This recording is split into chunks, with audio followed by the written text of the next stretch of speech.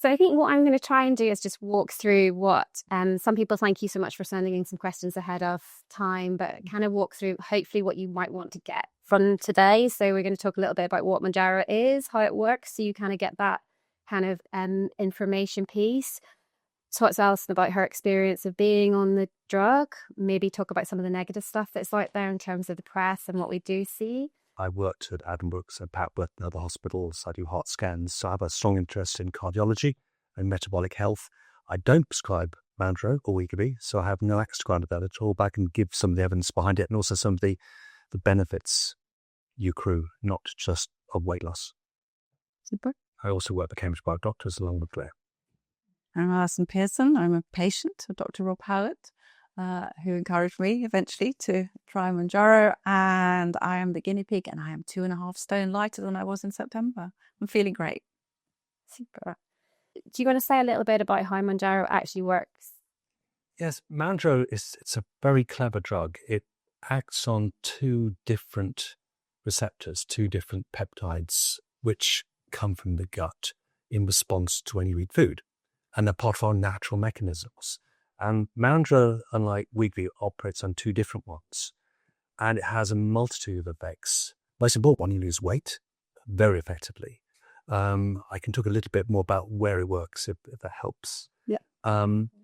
So there are receptors to these hormones scattered throughout the body, in your fat cells, and the fat cells around your body organs, your liver, and also in the brain. And these drugs cross through into the brain. The blood-brain barrier can have an effect in the brain. They help reduce satiety, so you feel full quicker. And that is an analog of what the body naturally does. We are programmed that when we are full, we stop eating. But I think different people have different dial settings for that. And I think some people feel full quicker than others. And if you do, you're very lucky and you're less likely to gain weight. If you dial set them just a little bit to the wrong way, you might need to gain weight. And these drugs help reset that. You also have effects in the rest of the body. They help delay stomach emptying, so your food stays there longer, so you'll feel full for longer. And really importantly, they affect the fat cells. Your fat cells are an important part of your system. They're the buffer. When you eat food, it has to go somewhere, and some of it is absorbed into these short-term stores in your fat, usually in the subcutaneous tissues around the skin, arms, legs, thighs. And when you're hungry, we are hunter-gatherers after all, when you're hungry with no food, they release the fat. But when you have too much fat on board, which is due to foods we eat, ultra-processed foods, too much carbohydrate, the wrong kind of foods, your body mechanisms can no longer cope with that fat. And that causes damage to the fat cells under the skin, which releases inflammatory markers. And inflammation in the bloodstream is behind a lot of Western diseases: cancers, kidney disease, heart disease, strokes, liver disease, all relate to raised inflammatory markers. And there's various ways they can be increased, but DART is certainly one of them. And damaged fat cells increase that. And when your fat cells are damaged, it has to go elsewhere. So it goes to fat in the liver and fat in the around the body organs. And this is nasty fat. This is metabolically active. Women tend to put on weight around their bottoms and their thighs, and men tend to put on weight around their tummy. But women will also do that as well. When you overload your fat storage, you will stop your weight on around the tummy. Happens more after menopause as well.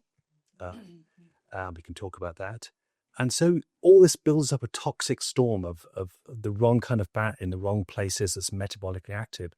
And these drugs, particularly Mounjaro, has an effect on that as well. It can increase the efficiency of the fat cells under the skin and hopefully change the way the fat is deposited. I mean, this is quite experimental, quite new, but that's the way they kind of work.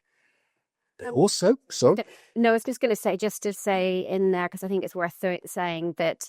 So Wegovy is the other kind of drug that often is talked about in the similar kind of space. And Wegovy was was the first drug that we really had that was like this, that kind of we didn't prescribe it until quite late in the day as Cambridge Private Doctors, because it wasn't widely available. It kept kind of going in and out of supply. And we kind of made a decision not to do it until it was widely available.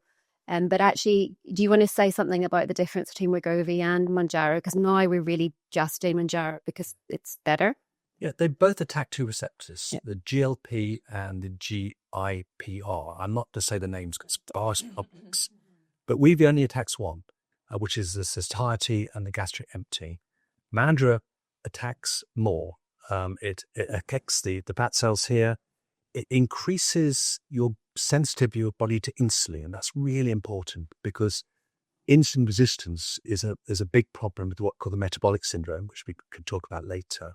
And Mounjaro has an extra effect on that. Mounjaro probably also helps counter some of the nausea effects that you get with the GLP drugs. So having the two elements together may enable you to have a larger dose of GLP because the GIPR helps inhibit it.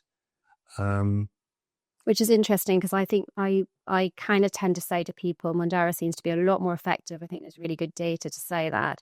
But what we don't seem to see, even with that increased effectiveness, is an increase in side effects. So that kind of fits with what you can say. Yeah, so it adds an extra bit. Now, we have really good evidence of prevention of heart disease and strokes with Wegovy, not with Mounjaro yet. But I think we will. Just a little bit then about who's able to take it, because I think there's been some stuff in the press around children. So what's the age that it should be used at? I mean, we've been discussing the Code 110 version last night, and it's a bit of a wild west out there. People are getting this drug from well-known high street pharmacies without the proper checks and balances, and it's become yet another drug people take to alter their body image, and they take for the wrong reasons. It shouldn't be given to teenagers. There are other things you should look at first. Yeah. And it should be given its license, as you know, for people with a body mass index of over 28 and a complication like hypertension or diabetes or high cholesterol, or people with BMI over 30. On the NHS, it's probably over 34 or something, I think. That's purely to limit demand if you can get it. I think this license from 13, isn't it? But nobody touched that in a teenager. It just seems wrong. One of the questions that came in beforehand was to do with people being on other medications for things. And I don't know about you, but there's very little interaction with any other medications. Yeah. Apart from if you're on insulin, if you're diabetic. Yeah. They are very safe. I mean, there are some side effects, which I'm sure we'll talk about. Yeah. But in terms of impact on the things that you're talking about, we were saying upstairs, so what I'm definitely seeing is people's blood pressure coming down, and we're reducing people's blood pressure tablets, people's HbA1cs, and we can talk about Allison and what's been happening with you, coming down, and people coming off diabetic drugs, which is amazing. Yeah. Not maybe quite as many impacts in cholesterol is what I'm seeing, but have you got... Yeah, and we also talked about there's something called the metabolic syndrome, which is a cluster of 3 or more of the following, which is a tummy over 40 inches in men, 34 inches in women, less if you're Asian, a cholesterol over 6, a blood pressure of over 130, or a fasting sugar of over 5.6. Now, actually, that is probably a good 25% of the population. And having metabolic syndrome is really bad for you. There's a 35% increased risk of heart disease and stroke. And if you have a heart attack or stroke, it tends to occur about 2.5 years earlier. And there's good evidence that with a drug like Mounjaro, I think in the studies at the beginning, about 80% of people had metabolic syndrome. And at the end, about 25 did. So you're drastically dropping us down. Now, that's got to be a good thing. If you're lowering people's sugar levels and cholesterol and their systolic blood pressure, it's got to have good outcomes. We don't. It's not proving it, of course, but it's really exciting. Do you want to join in the conversation, Alison, and tell a little bit about what was going on? I've got a lot to say on this subject. Like a lot of people, I'd struggle with my weight, certainly sort of from my mid-30s, the days of being able to have a few days of Ryvita and cottage cheese and being able to, lose weight, they'd long gone. It was a real struggle. I have on my father's side, the paternal side, the women tended to be very, very overweight. I don't think that's an excuse. I think some people, Rob and I discussed this, some people just do have a genetic disposition to putting more weight on.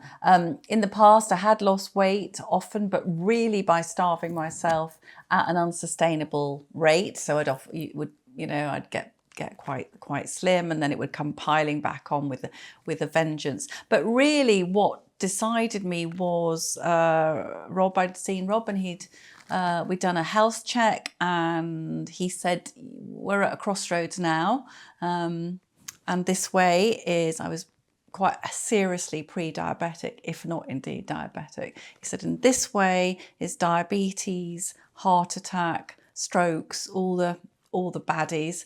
But if you grip it now and we go this way, there will be a hopefully longer life and healthier life. And I felt, because I'm at the age now where various friends have had cancers and really difficult things happen to them. And I thought, if you can choose, I mean, some health is bad luck. Sometimes you can't do anything about it. If you can do something about it, I think you owe it to yourself to try. So I knew via Rob that Dr. Claire was running this, and I took the decision again that this was going to be a very definite choice, and I wanted to do it with Claire because I felt this is something, it's for my health, it's medical. I wanted to sign up to a program where I'd have somebody to lean on while I was having this drug. So it is a drug. And I also felt, because it costs money, and I felt, proper money, and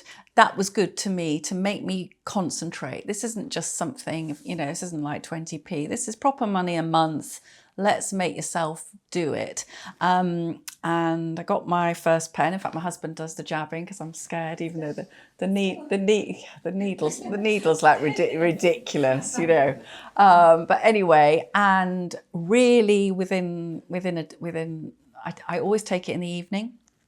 So when I go to sleep, and I woke up the next day and the appetite was right down. It had a very, very immediate effect on me, starting on the lowest possible dose. And I feel very strongly about that because I know lots of people go up to a higher dose quickly. They get very, very ill. They get diarrhea. They get sickness. They're very put off. They think it's very bad. I've never had any sickness or diarrhea, constipation, which you have to work on. So you have to do that with fibre and also, fibre gel and so on. But that had a really good effect immediately. And the way I would describe it is that it's not doing all the work, whatever they say. It's not a fat, I called it Fatty's Little Helper when I wrote about it in the Telegraph. It's like having a handrail to hold on to. You've got something there. It will help you because you're not as hungry. So that will just help you not turn to, unhealthy snacks. But you do have to do quite a lot yourself. I've changed my diet drastically. And that's because I've just the food I can eat, I can't eat as much as I did. The food I can eat, I think, right, this has got to be good for you. It doesn't mean I won't have the odd slice of cake or something like that. But mainly I'm focused on eating well. And I've started to think of protein, so much bloody protein. I've started thinking about food more as fuel, I guess. And then as I've made progress, Claire is always there with the app, and there'd be some weeks when I wouldn't lose anything and I'd be firing off these furious missives to her saying, I haven't lost any weight, what's going on? And she would be very calm and say, we're in this for the long term. It's improving your insides. It's every day. And yeah, just to sum up, there's loads to say, but however many weeks ago, went back to see Rob, got the blood tests done again, and I got gold stars. Got gold stars. Everything. And that was the best day because I felt really emotional because every single marker, including triglycerides, which I thought was a kind of dinosaur, but no, everything, I was no longer pre-diabetic. All of the markers I got a Blue Peter badge and a gold star. And so I just feel this immense sense of delight and accomplishment. I don't think I could have done it without the drug. I've never gone up. I've only gone up one level. other people will find they need a lot more to control the appetite, and that's fine as long as you do it gradually. But it's been a great journey. It's been fantastic, and I think we feel a shared sense of, it's been the team. And I think that you've always said you didn't, if I was losing 1 pound a week or sometimes nothing, or 1.5 pounds or 2 pounds, that was fine.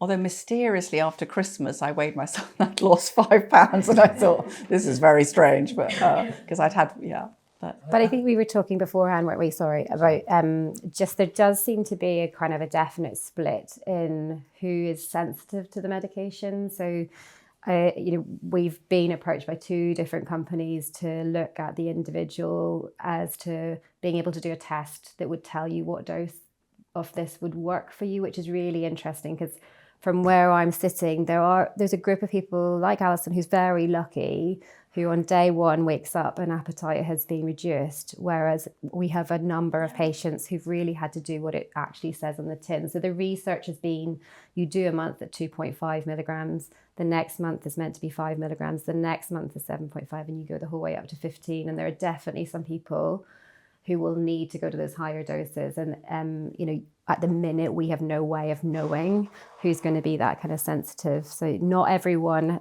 has such a great journey as Allison, but I think the big piece about Allison is that it's not just about being the drug. You've worked really hard alongside it, which is, and we've talked a lot about it's still permissible to judge about weight in a way that it's not permissible to judge about other things. And when I first wrote about what we were doing, you get a lot of, eat less, move more. Oh, I've never thought of that. Oh, brilliant. So there's quite a lot. Some people feel free to say harsh things, but a lot of people who read the piece I wrote signed up for it and have been absolutely delighted. Say it's the best thing they've ever done. But I certainly think it's good to do it, certainly for the first few months as a part of a program, because you feel supported. And if you've got any worries, as I said, I haven't had the odd fits of burping, but really no major side effects. But it's good to keep an eye on that, isn't it, really? And also, I'm going to the gym at least twice a week, and I'm doing weights, and that's a really good thing, because you can lose muscle mass, can't you? Yeah, I think it's 2 things I take from Allison's testing particularly. First of all, you look great now, although as your doctor, I can't say that to you. No, I know. I'll get struck off. But I know. But that isn't really what excites us. What excites me is actually all your blood marks. I know, I was thrilled. I'm generally delighted. Yeah. You'd gone from being diabetic, pre-diabetic to normal.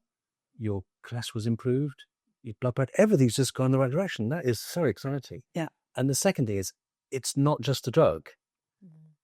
That's the danger. If you just get this and have the injection, you're missing out all the other things you've had from Claire, which I think are vital. They'll get the optional extras to do the rest of it, the diet, the exercise, wellness. Also, just a very simple thing, but the inflammation, I think the inflammation going down and the weight going. So I had a bad hip, very bad left hip. There was talk about having to have a very nasty injection and then possibly a hip replacement. I haven't had a twinge from that hip since I've lost the weight. So if you're carrying extra weight, then it's really great for your knees and your hips and everything too. So, in the end, it can save you perhaps having or postpone having a really nasty operation for a while, I think. Yeah, absolutely. And I think for quite a number of patients, they've kind of got to that point where something like that is limiting them doing the things that actually is helping them manage their weight. So being able to kind of get that weight down has then kick-started this world of being able to be out and be active again, which then helps to kind of the whole process. More energy, not needing to don't so often need a nap. I used to have a nap in the afternoon. I don't need that now. I can keep going.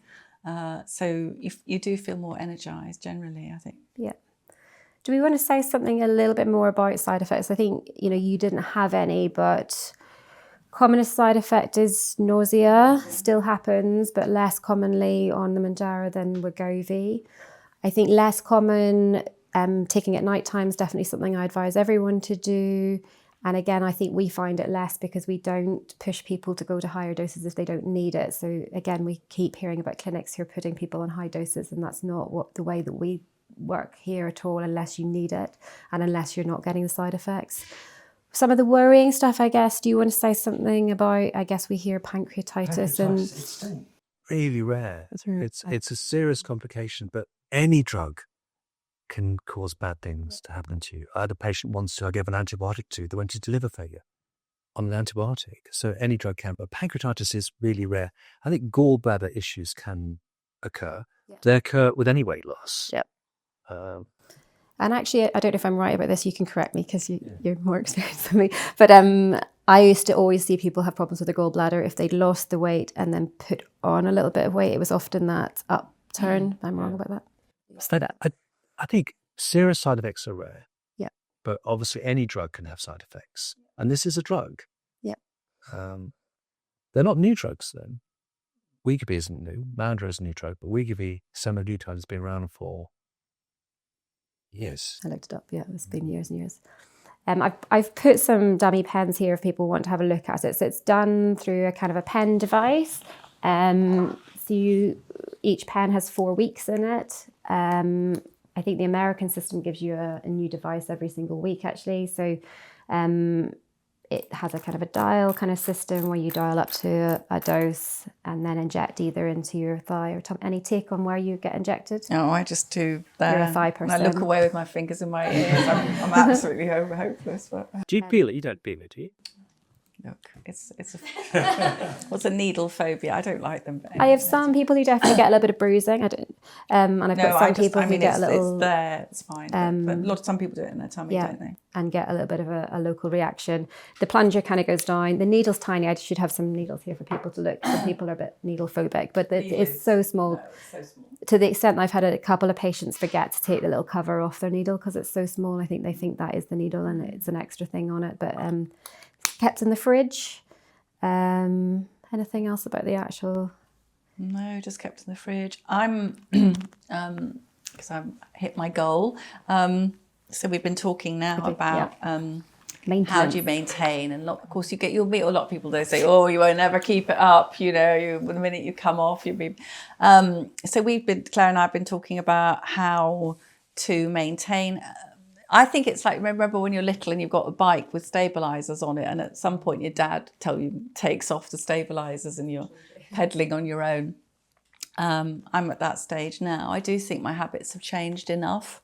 I've noticed a huge change in attitude, but primarily I don't want to waste what I've achieved. I would be really upset to lose that. So every time I'm very tempted, I'm like, don't do that, you don't have to do that. So what we are now, so just trying to think where I am.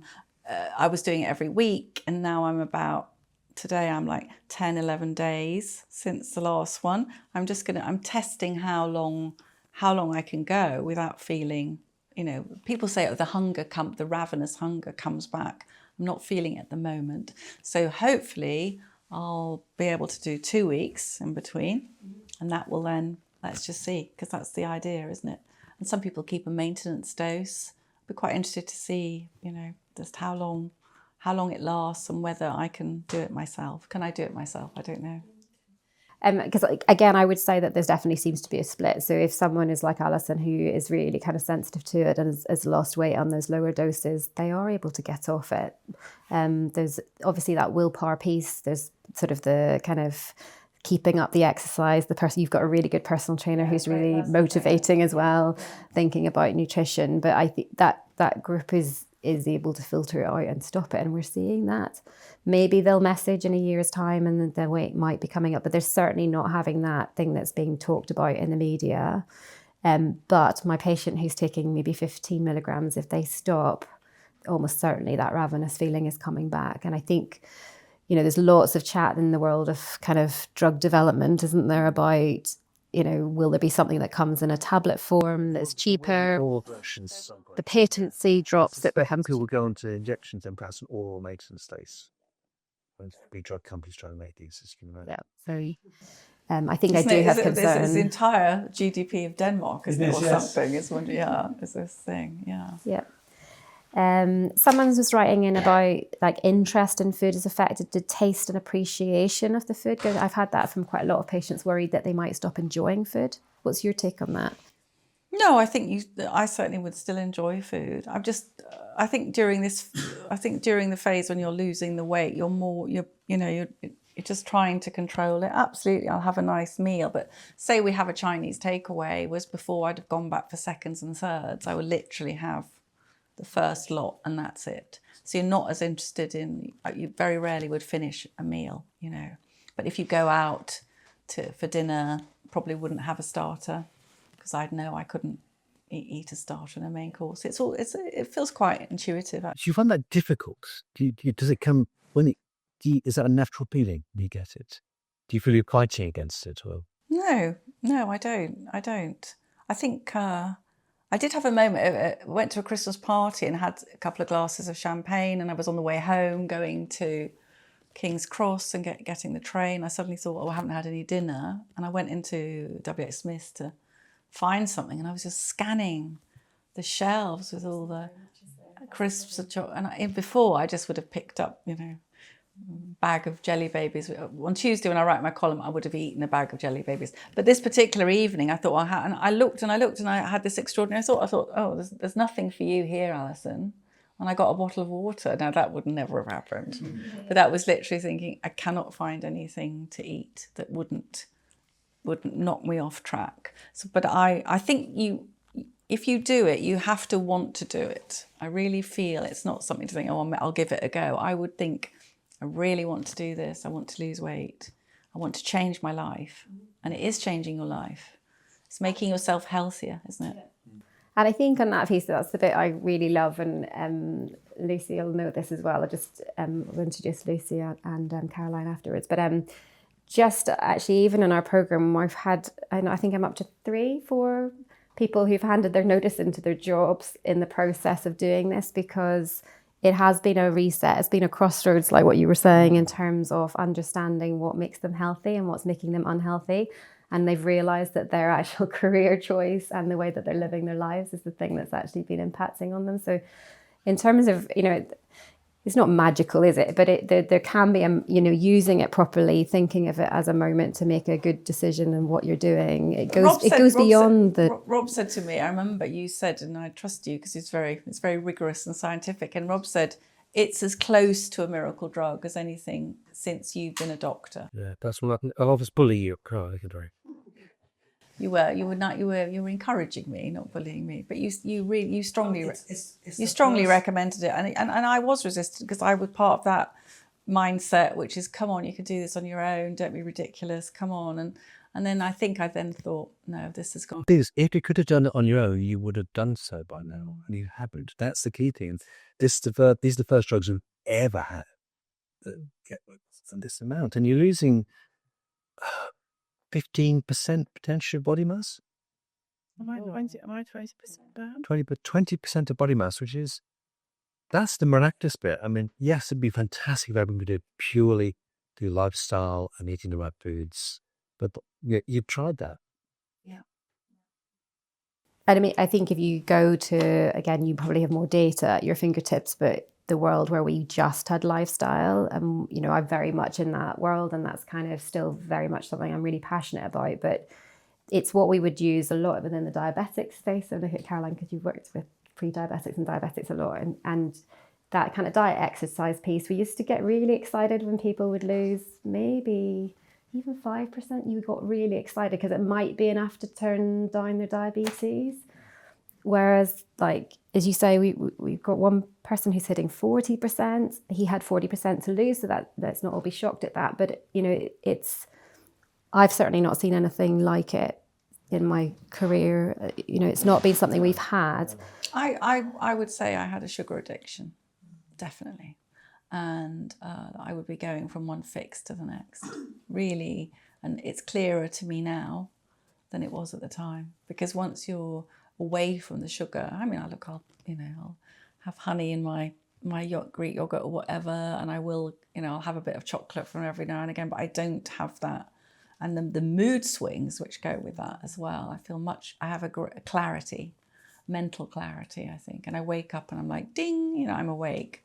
Whereas I think before, I think the sugar is can be ruinous. Do you think you've reset? I mean, we are hunter-gatherers, and obviously we're programmed to like sweet things. We're programmed to like ripe fruit. That's why we can eat it. But we get all this purified sugar, which is harrowing to our. Have you reset that dharma? I think if you have just that sugar heroin all the time, having come off it, do you now not crave it because you don't need it anymore? I wouldn't trust myself 100% with it. I have alcoholism in my family.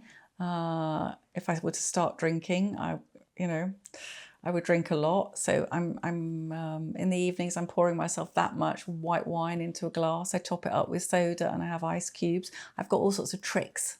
I trick myself. I give myself a certain treat, but it's very contained. You had a bottle of jelly babies in your drawer. Would you be able to resist it? You had to eat. I won't have it now, Rob, but I won't have it because I see it as part of a disease that I had. I think the sugar addiction was an illness.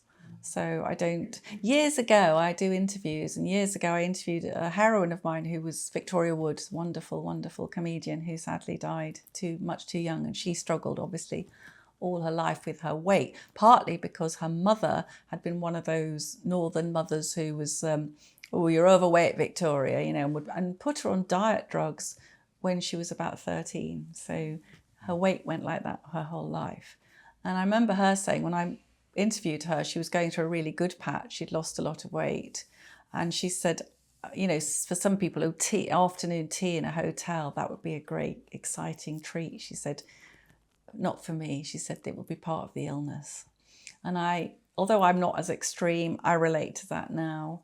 I see it as when I sat down on Tuesday to write, if I bought a packet of jelly babies, that would be the illness back. I've got to not do it.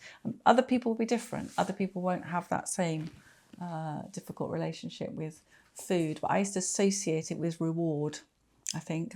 And I think that's partly the diabetic tendency. Do you? Is it that do you crave the sugar? It's that nature and nurture, isn't it? Yeah. It's a bit of both, isn't it, in terms of our... I think we grow up often. I've certainly was part of the generation of you finish your plate. Like, you know, the starving children, literally in Africa, you have to finish your plate. There's no way I would have left something on my plate. And I think there's a generation growing up with that mindset that really struggles to say I'm full when there's still something on. And then there's also that thing where we use food so often as a reward or a treat for something, you know, for all sorts of things. We do it with our kids as well. And, you know, what does that do over time in terms of just the nurture? That's the nurture piece. Claire also has a lot of experience in psychiatry. We know that you could do MRI scans of people and give them stimulus. So there's a great thing with Paul Merson, the footballer. They showed him pictures only to gambling and his reward sets are lit up. And that could be seen also with addiction. So you talk sugar addiction, alcohol, smoking. Yeah, so we were saying that just before we came down, weren't we? So there seems to be some good data coming in terms of what this is doing for switching off other addictions. So in particular, I guess, maybe alcohol is the thing it's our social kind of drug that quite a lot of people take. A lot of people who weren't necessarily thinking it was going to have an impact on that at all are kind of feeding back that they just don't feel like drinking on it. So I think, you know, I do work still within the NHS system. We're looking at trying to use it within the mental health kind of system as a medication in itself in terms of what it is doing to switching off those kind of addictive reward kind of pathways. It's really interesting because we were saying the line that I hear a lot, and I think someone's obviously said it once and it gets repeated, is that what it seems to do is switch off the noise, like switch off that voice or that noise that's kind of almost making us do these behaviours. And that seems to happen for alcohol, it seems to happen for food. Whether it works for other drugs, I haven't seen good data. Yeah, the food noise, the sort of, you know, where's my next snack? That's definitely gone. Yeah. I think someone did write something about someone with people with OCD. Was it yourself? Hi. I've heard good things about mental health type stuff. You know, yeah, is absolutely. That right? Neurodiverse type things. Yeah. And there was a really good paper, I think, in The Lancet just in the last month, actually, that went through every kind of psychiatry kind of disorder and what we're seeing. I think it's not been around long enough to be really, like, we tend to err, well, is very, like, there's no kind of clear evidence. I'm a skeptic. Yeah. But it feels really like it's coming, and certainly, yeah, It's certainly interesting. exciting. It's not a reason not to do it. Yeah. It's interesting, isn't it? I mean, it makes you lose weight, and it's good for health. We know those things. The other bit's interesting, isn't it? Interesting. What else do we want to ask? Somebody was saying, what about the NHS side of things? Why aren't people being able to access it there? What's your kind of take on what's happening? It's money, isn't it? It's short-term money, and we already know that gastric banding probably pays for itself. But then there's this thing as said, actually, why should we do operations? Because people's their back and lazy and don't exercise. That's the mentality, isn't it? It probably pays for itself. And there's also, the NHS is hard to get. And I think the more poor the area in, the harder it is to get as well. Yep. And it's great we'll have things done, but there's places around the country where you don't have those options. But isn't the weight is high, isn't it? It's very high. To qualify, you have to be, don't you? Yeah. So it was a BMI of 50. You've been saying 35, but it was 50. And then it became a bit lower than that with other comorbidities. You're nodding, it is something like that. And the move more recently has to think about patients as whether they have clinical obesity or non-clinical obesity. Yes. With non-clinical obesity being this group of patients who are overweight but don't have any kind of damage happening. So in particular, things like fatty liver or blood pressure or cholesterol. And I think it just seems to be this idea that maybe we can divide up the population in some way, try to save money in some way, when actually, we should really be preventing this happening and actually treating everyone. It is capacity. It's tier 2 at the moment for similar to other weight loss interventions. So it's a capacity issue. Yeah, it is. The NHS can't afford to do it, but by not doing it, it's probably costing more money long term. The cost will come down then. Yeah, it's not just cost. It's not just the cost of drugs, it's who does it. Yeah. And nice thought out some guidelines on, didn't they, that it's got to be tier 2 and so on. Yeah. Yep. Because there's not the question. Yeah, it is. It's a catch-22, isn't it? But this idea of clinical and preclinical obesity, it's like it's safe to run blindfold across the road until we hit. It makes no sense. It's all about, it's about capacity of clinics, GPs, nurses who can do it, and the cost of the drug. And if you save money now, it's not on today's budget, even though it's in future's budget. And obesity is massively rising, and in the young people, the percentages are horrific. Where we're going to be ending up, it's already about 30%. People can be very judgmental. When there was a story a few months ago, NHS to prescribe, fat jabs, whatever.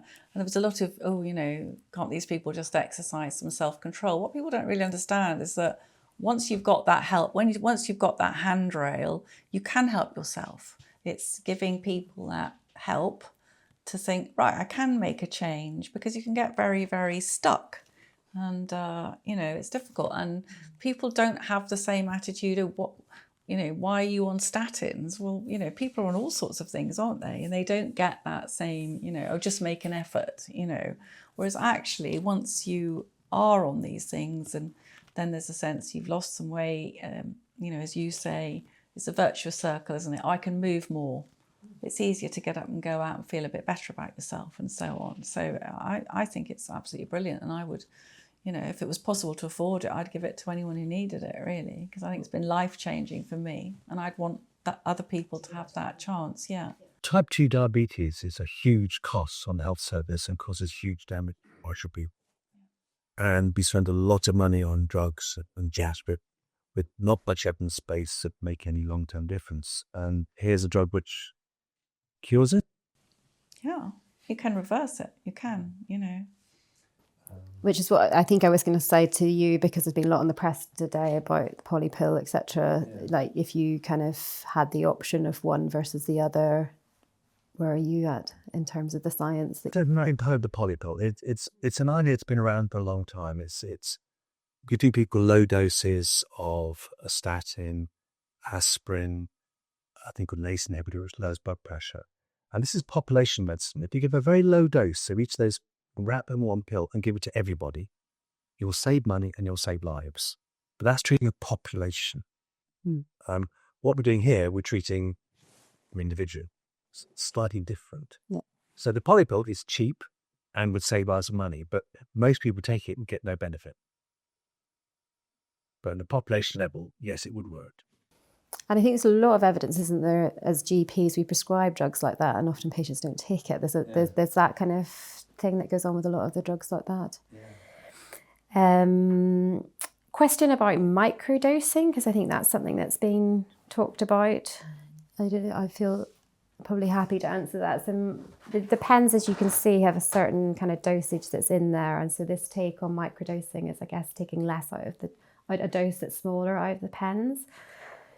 It's an interesting concept, and I certainly have asked people to take less out of their pen if they are on higher doses and are having side effects, to be able to kind of have a little bit of a difference. Obviously, the drug's been created in certain bands of strength, so you can do something with it. But the thought of someone taking a lower dose, even right from the beginning, makes me, I don't know what you think.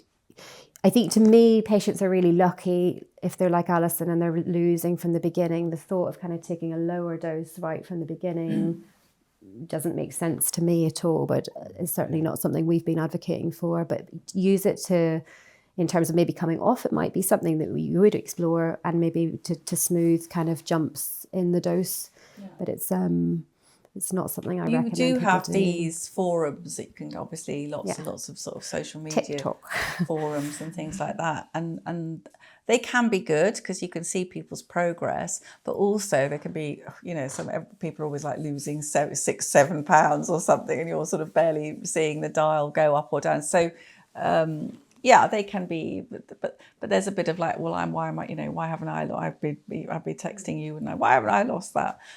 So I don't think those comparisons are always helpful. And eventually, I found that weighing the whole time was really bad, because it's not linear. You can not lose anything, and then and suddenly have. It's really long term. You should be tracking your long term progress, really. And I found that doing it with clothes was more encouraging as well.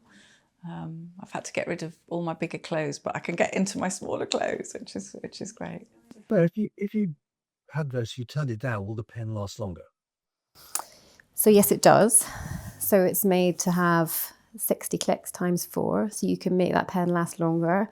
The problem, and again, just speaking to the pharmacist, so the take is that if the pen is open, it should be used within 6 weeks. And that's where it becomes a little bit tricky. I kind of would maybe view that like a best before date within the fridge. Like there's always probably, it's not going to suddenly not work once you go beyond 6 weeks. But I don't think you can get into the world where you have a dose, you wait a month, have another dose, wait a month. But you can make a pen last longer for sure by doing, it's not limited as to 4 presses, it's limited to 240 clicks. You can count them all one by one. There was a question here, and I think I feel quite strongly about this. Someone's put their actual data in to do with what their weight is, and would they be, basically about using it. And I think I certainly wouldn't encourage anyone to be using it if their BMI is not at the level that is kind of done with the licensing. I think there are enough stories out there about people being very unwell using it at low weights. And it's a really interesting world, because I'm on the other end of the phone with someone who's really angry with me because I'm not going to give them a drug, but I have to be the person who's signing that kind of prescription. And, ultimately I want you to be healthy and safe with it. So I think there is a world of people out there. I don't know if anyone watched the Dispatches kind of program where the drug is being given to people who maybe aren't at the right BMI, shouldn't be taking it. People just doing it to fit into their bikinis for the summer. I worry that that's the world that we're getting into. I worry that then makes it harder for people who do need it to get it. But I certainly wouldn't encourage people to go on it if their BMI is normal, because that's not what it's made for. I don't know if you've got a take on that. I think it's just unsafe. I think also the danger, you're going to get the worst of yo-yo dieting. People taking it for 3 months with a bikini body and then not changing last or anything, reusing body mass, then coming off it, going up again. You can see more and more of this, and it doesn't work like that. Yeah. And giving it to people with low BMIs. Makes sense. But BMI is quite a strange thing, isn't it? yeah. We use the. Because I think I am up towards the higher end of my BMI, which is ridiculous because I don't think I would want to lose much more weight at all for my height. I'd have to lose quite a lot more to be low in my BMI. So I'm not sure BMI is always a brilliant indicator. I think someone said to me the other day, waist size, waist hip ratio, just generally feeling more comfortable in your clothes, those things that you can feel. I started to notice changes. I lost weight off my face first, all those, where's all those chins gone? So I started to see physical changes, and they mattered more to me than this notional BMI or what I weighed, because the weight was like really weird. It wouldn't go down. But then I'm lifting weights, so presumably I'm putting on. The great thing about putting on muscle, James the trainer has promised that from about May I should be able to eat some pasta. It's exciting, isn't it, really? And then it won't touch me. The pasta will bounce off my honed body. Yeah, right. I'm sure, Claire, BMI is a blunt tool, isn't it? Yeah. Often the BMI and the waist circumference go together, but they don't always go together. Yeah, for sure. But we have to follow that for prescribing, don't we? And it feels like it's an estimate. It's sort of all right. It's not quite right. A very muscular person might have a very high BMI because they're just so heavy. So I might be getting heavier now, hopefully, because of my of weight of my muscle. So. Anyway, but certainly, I think having the weight training and exercise alongside is really helpful. And I think the thing on that, one of the things we work on a lot is that everyone's got a different starting point when it comes to that. And, for someone who's not doing anything, actually going to doing some movement is really beneficial. And actually in terms of benefits of all the health data, you actually gain most if you're someone who is very sedentary doing something versus someone who's already a bit active doing a little bit more. So, there's something here about finding your joy and finding something that you enjoy when it comes to doing the movement, isn't there? And also actually doing it with other people can be really good for motivation, and maybe having someone like a personal trainer or a coach that can kind of alongside you. There's really good kind of science and also that. All the various aches and pains going, like my hip was so bad, it was painful to get in and out of the car. Sometimes walking would be, now that's all gone, so I think, okay, I'll walk, so it's very beneficial all around, really. I think I've come to the end of the questions that people did send in. Is there anything anyone in the audience would want to ask that didn't send in anything beforehand, or it's come up during the conversation? Yeah. Hi. I've got a bit of experience in the world of kind of bariatric surgery and people who've had gastric sleeves fitted. And I remember in clinic often they'd have a psychologist there to help support, because with a lot of those patients, when you take away their ability to eat, they often have some kind of psychological problems that they sort of find other outlets for their behaviour. I was just wondering if you see any evidence of that in patients on Mounjaro or any of these other the drugs.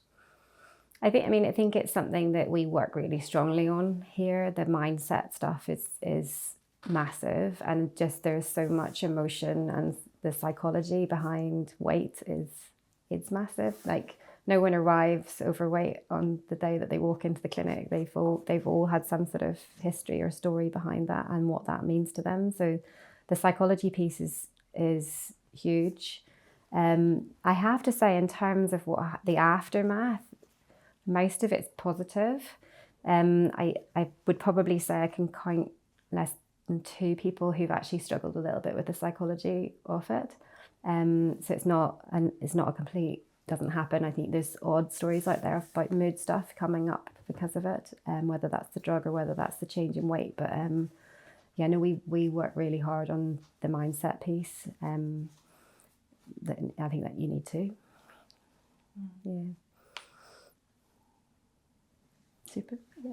I did email you already, but just following on from what you were saying. So I, like you, after sort of mid-30s and certainly after having twins. Oh yeah, that's a killer. It's just killed me from the start. So I'm like 11.5 stone now. My old fighting weight in my mid-30s was 10.5, but I'm very tall.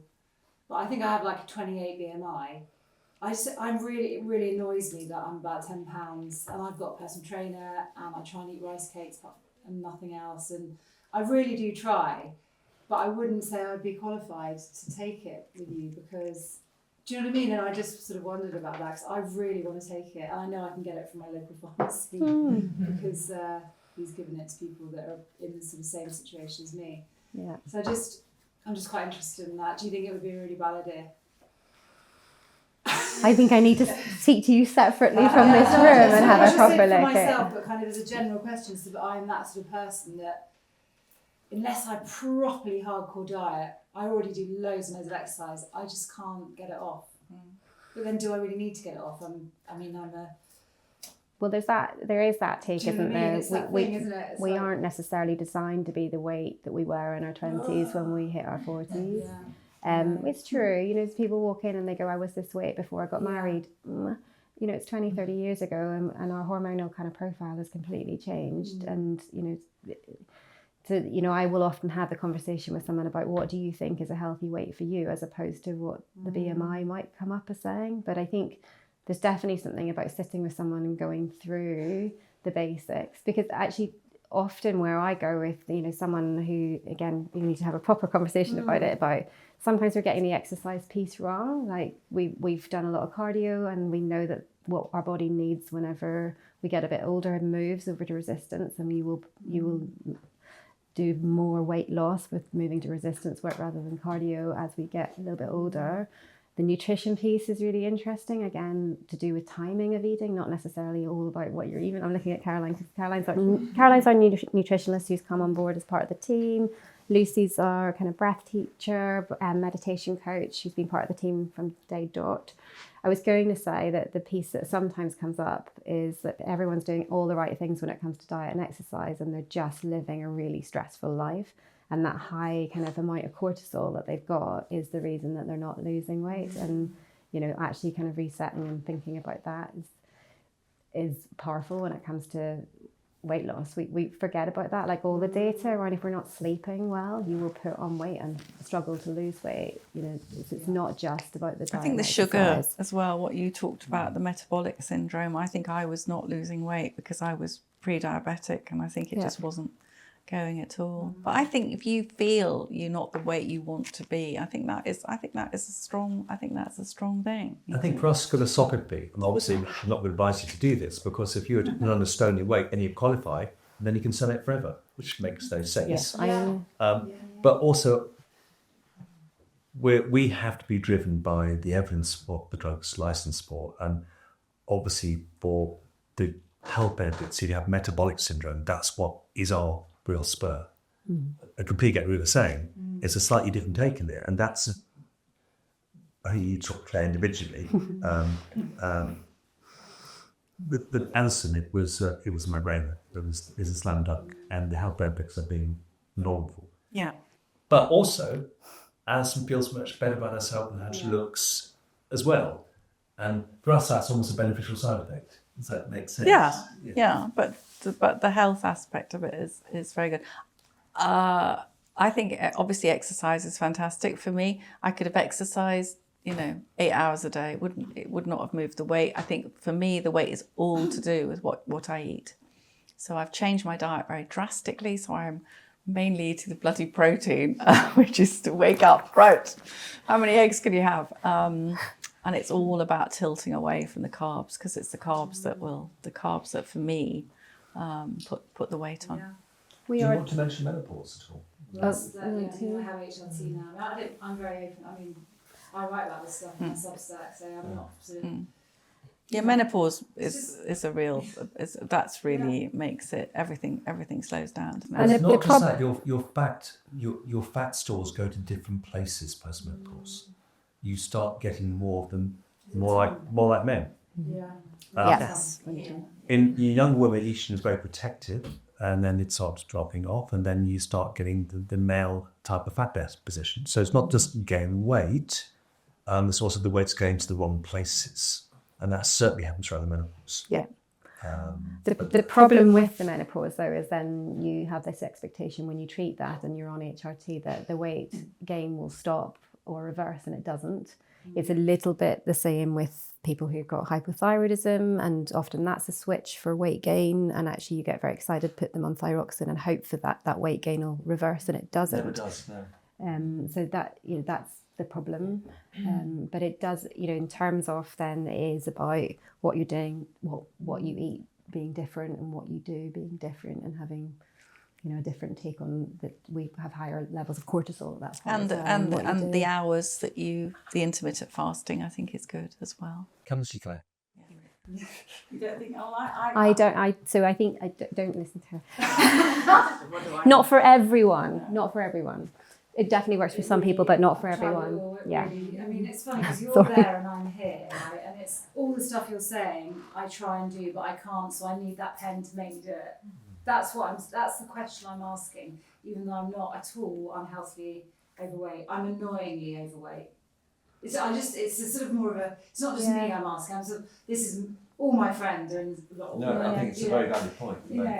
It's like, I need just to join the dots. But I don't think you're not like one of these, like the thin people who just wants to be emaciated, which I think people have been watching these Hollywood Awards ceremonies, absolutely horrifying. Yeah. People who look like women who look like 9-year-old children, you just think that's dreadful. The fact that they're using upsets me, because there's been a lot of adverse coverage about that and people talking about Ozempic, and I think this is giving it such a bad reputation.